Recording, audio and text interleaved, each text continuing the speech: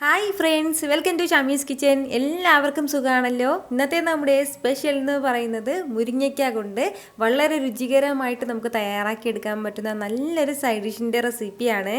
ഇതിൻ്റെ ഡീറ്റെയിൽസ് ഒന്നും മിസ്സാകാതിരിക്കാൻ വേണ്ടിയിട്ട് എല്ലാവരും ഒന്ന് സ്കിപ്പ് ചെയ്യാതെ കണ്ടേക്കണം. കൂടെ തന്നെ ഈ വീഡിയോ ഒന്ന് ലൈക്ക് ചെയ്യാനും നമ്മുടെ ഷമീസ് കിച്ചൻ ചാനൽ ഇതുവരെയും സബ്സ്ക്രൈബ് ചെയ്യാത്തവരാണെന്നുണ്ടെങ്കിൽ പ്ലീസ് ഒന്ന് സബ്സ്ക്രൈബ് കൂടി ചെയ്തേക്കണേ. എന്നിട്ട് ആ തൊട്ടടുത്ത് കാണുന്ന ബെല്ലൈക്കനിൽ ഓൾ മറക്കാതെ ഒന്ന് പ്രസ് ചെയ്തേക്കണം.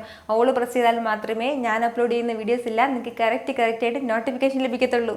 എന്നാൽ ശരി, നമുക്ക് വേഗം തന്നെ റെസിപ്പിയിലേക്ക് പോകാം. നമ്മുടെ ഈ മുരിങ്ങയ്ക്ക കറി തയ്യാറാക്കി എടുക്കാനായിട്ട് മെയിനായിട്ട് നമുക്ക് വേണ്ടത് മുരിങ്ങയ്ക്ക തന്നെയാണ്. ഞാനിപ്പോൾ ഒരു 400 ഗ്രാം അളവിൽ മുരിങ്ങയ്ക്ക എടുത്തിട്ട് അതിൻ്റെ ആ പുറംതോടൊക്കെ ഒന്ന് ചീകി മാറ്റിയതിന് ശേഷം ഇതുപോലെ ഈ ഒരു അളവിൽ കേട്ടോ, ഈ ഒരു സൈസിൽ, അതുപോലെ തന്നെ ഈ ഒരു വലിപ്പത്തിനൊക്കെയാണ് ഞാൻ കട്ട് ചെയ്തിട്ടുള്ളത്. 2 പീസാക്കിയിട്ട്, ഇനിയും ഇതിനെ 2 പീസാക്കിയിട്ട് അരിയാൻ വേണ്ടി നിൽക്കണ്ട, ഈ ഒരു അളവിൽ തന്നെ നമുക്ക് ഒന്ന് കട്ട് ചെയ്ത് എടുക്കാവുന്നതാണ്. അപ്പോൾ ഇതുപോലെ കഴുകി വൃത്തിയാക്കിയിട്ട് 400 ഗ്രാം അളവിൽ മുരിങ്ങയ്ക്ക എടുത്തിട്ടുണ്ട്. ഈ ഒരു സമയം ഇനി നമുക്കിതിലേക്ക് ചേർത്ത് കൊടുക്കേണ്ടതാണ്. ഞാനിപ്പോൾ ഒരു മിക്സിയുടെ ജാറിന്ന് എടുത്ത് വെച്ചിട്ടുണ്ട്. അതിലേക്ക് നമുക്ക് മീഡിയം സൈസിലെ തക്കാളിയിൽ ഒരു 2 തക്കാളി എടുത്തിട്ടുണ്ട്, അത് ചേർത്ത് കൊടുക്കാം. കൂടെ തന്നെ പിന്നെ ഇനി നമുക്കിതിലേക്ക് വേണ്ടത് ഇതുപോലെ കുറച്ച് അണ്ടിപ്പരിപ്പാണ്. ഒരു 7-8 അളവിൽ മാത്രം ഒന്ന് അണ്ടിപ്പരിപ്പ് വെള്ളത്തിലേക്ക് ഇട്ടൊന്ന് കുതിർത്തെടുത്താൽ മതിയാവും. ഈ അണ്ടിപ്പരിപ്പ് കൂടി നമ്മൾ ഇതിലേക്ക് ഒന്ന് അരച്ച് ചേർക്കുമ്പോഴത്തേക്കും ഒരു പ്രത്യേക ടേസ്റ്റാണ് കേട്ടോ നമ്മുടെ ഈ മുരിങ്ങയ്ക്ക കറിക്ക്. അപ്പോൾ ഇത് രണ്ടും കൂടി ചേർത്തിട്ട് ആ വെള്ളത്തോട് കൂടി തന്നെ, കുതിർത്ത വെള്ളത്തോട് കൂടി തന്നെ ചേർത്തിട്ട് നല്ലതുപോലെ സ്മൂത്തായിട്ടൊന്ന് അരച്ചെടുത്തിട്ട് വരാം. ഇതുപോലെ നല്ല സ്മൂത്തായിട്ട് ഞാനിതൊന്ന് അരച്ചെടുത്തിട്ടുണ്ട്. ഞാനിപ്പോൾ ഇതുപോലെ ഒരു കടായി ഒന്ന് അടുപ്പത്തേക്ക് വെച്ചിട്ടുണ്ട്. അതൊന്ന് ചൂടായി വരുന്ന സമയം അതിലേക്ക് നമുക്ക് 2 ടേബിൾ സ്പൂൺ അളവിൽ വെളിച്ചെണ്ണ ചേർത്ത് കൊടുക്കാം. എണ്ണ ഒന്ന് ചൂടായി തുടങ്ങുമ്പോഴത്തേക്കും പിന്നെ വേണ്ടത് ഒരു 1/4 ടീസ്പൂൺ അളവിൽ ചെറിയ ജീരകമാണ്. അതുപോലെ തന്നെ ഒരു 1/4 ടീസ്പൂൺ അളവിൽ പെരിഞ്ജീരകം കൂടി, മുഴുവൻ പെരിഞ്ജീരകം.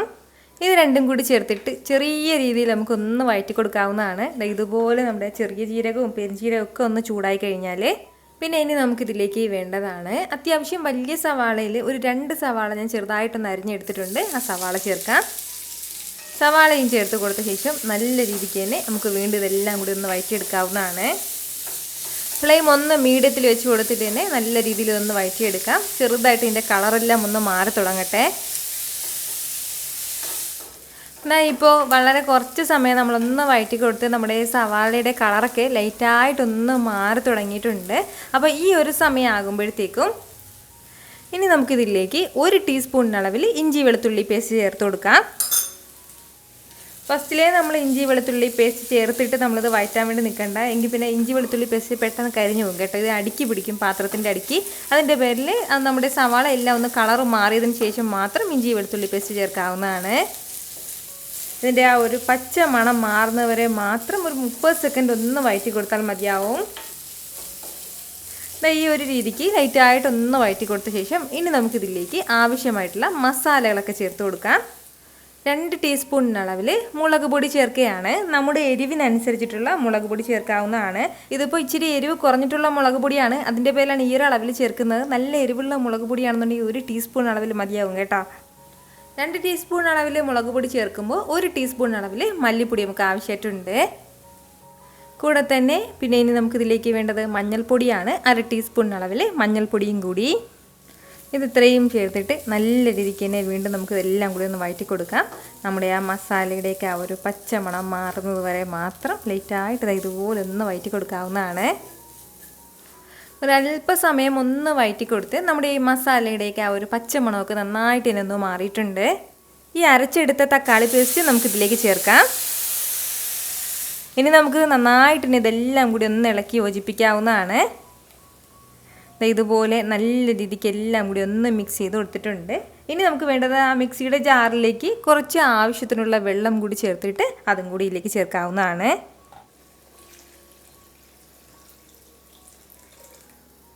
3 കപ്പ് അളവിലാണ് ഞാനിപ്പോൾ ഇതിലേക്ക് വെള്ളം വെച്ചിട്ടുള്ളത്. ഇനി ഇത് നമ്മുടെ ഈ ഗ്രേവി നന്നായിട്ടൊന്ന് തിളച്ച് വരട്ടെ.